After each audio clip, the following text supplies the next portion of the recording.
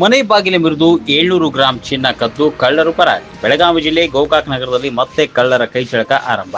68 ತೊಲಿ ಬಂಗಾರ, 1 ಕೆಜಿ ಬೆಳ್ಳಿ ದೋಚಿ ಪರಾರಿ. ಗೋಕಾಕ್ ನಗರದ ವಿದ್ಯಾನಗರದಲ್ಲಿ ಬೆಳಂಬೆಳಗ್ಗೆ 3 ರಿಂದ 4 ಗಂಟೆ ಸುಮಾರಿಗೆ ಮನೆಯಲ್ಲಿ ಯಾರೂ ಇಲ್ಲದನ್ನ ನೋಡಿ ಬಾಗಿಲಿಗೆ ಬೀಗ ಮುರಿದು ಗೋಕಾಕ್ ನಗರದ ವ್ಯಾಪಾರಸ್ಥ ಶ್ರೀರಾಮ ಚೌಧರಿ ಅವರ ಮನೆಯಲ್ಲಿಟ್ಟಿದ್ದ 68 ತೊಲೆ ಚಿನ್ನ, 1 ಕೆಜಿ ಬೆಳ್ಳಿ ದೋಚಿ ಪರಾರಿಯಾದ ಘಟನೆ ಗೋಕಾಕ್ ನಗರದಲ್ಲಿ ನಡೆದಿದೆ. ಇನ್ನು ಶ್ರೀರಾಮ್ ಚೌಧರಿ ಇವರು ಬೇರೆ ಊರಿಗೆ ಹೋಗಿದ್ದನ್ನ ಗಮನಿಸಿದ ಕಳ್ಳರು ಮೊದಲು ಬೇರೊಬ್ಬರ ಮನೆಗೆ ಕಳ್ಳತನಕ್ಕೆ ಹೋಗಿದ್ದಾರೆ. ಅಲ್ಲಿ ಏನು ಸಿಗದ ಕಾರಣ ಪಕ್ಕದಲ್ಲಿದ್ದ ಶ್ರೀರಾಮ್ ಚೌಧರಿ ಅವರ ಮನೆಗೆ ನುಗ್ಗಿ ಮನೆ ಬಾಗಿಲ ಬೀಗ ಮುರಿದು 700 ಗ್ರಾಂ ಚಿನ್ನವನ್ನ ಕಳ್ಳತನ ಮಾಡಿದ್ದಾರೆ. ಕಳ್ಳತನಕ್ಕೆ ಮನೆ ಮಾಲೀಕ ಶ್ರೀರಾಮ್ ಚೌಧರಿ ಅವರ ನಿರ್ಲಕ್ಷ್ಯವೇ ಕಾರಣ ಅಂತ ಅನ್ನಬಹುದು. ಯಾಕೆಂದ್ರೆ ದಿನಂಪ್ರತಿ ನಗರದಲ್ಲಿ ಪೊಲೀಸರು, ಸಾರ್ವಜನಿಕರು, ವ್ಯಾಪಾರಸ್ಥರಿಗೆ ಮತ್ತು ಇನ್ನುಳಿದವರಿಗೆ ಕೂಡ ಸಿಸಿಟಿವಿ ಕ್ಯಾಮೆರಾ ಅಳವಡಿಕೆಗೆ ಹಾಗೂ ಬೇರೆ ಊರಿಗೆ ಹೋಗುವಾಗ ಸ್ಥಳೀಯ ಪೊಲೀಸ್ ಠಾಣೆಗೆ ತಿಳಿಸಿದ್ರು ಸಹ ಸಾರ್ವಜನಿಕರು ನಿರ್ಲಕ್ಷ್ಯ ತೋರುತ್ತಿರುವುದರಿಂದ ಇಂತಹ ಕಳ್ಳತನ ಪ್ರಕರಣಗಳು ಆಗುತ್ತಿದೆ.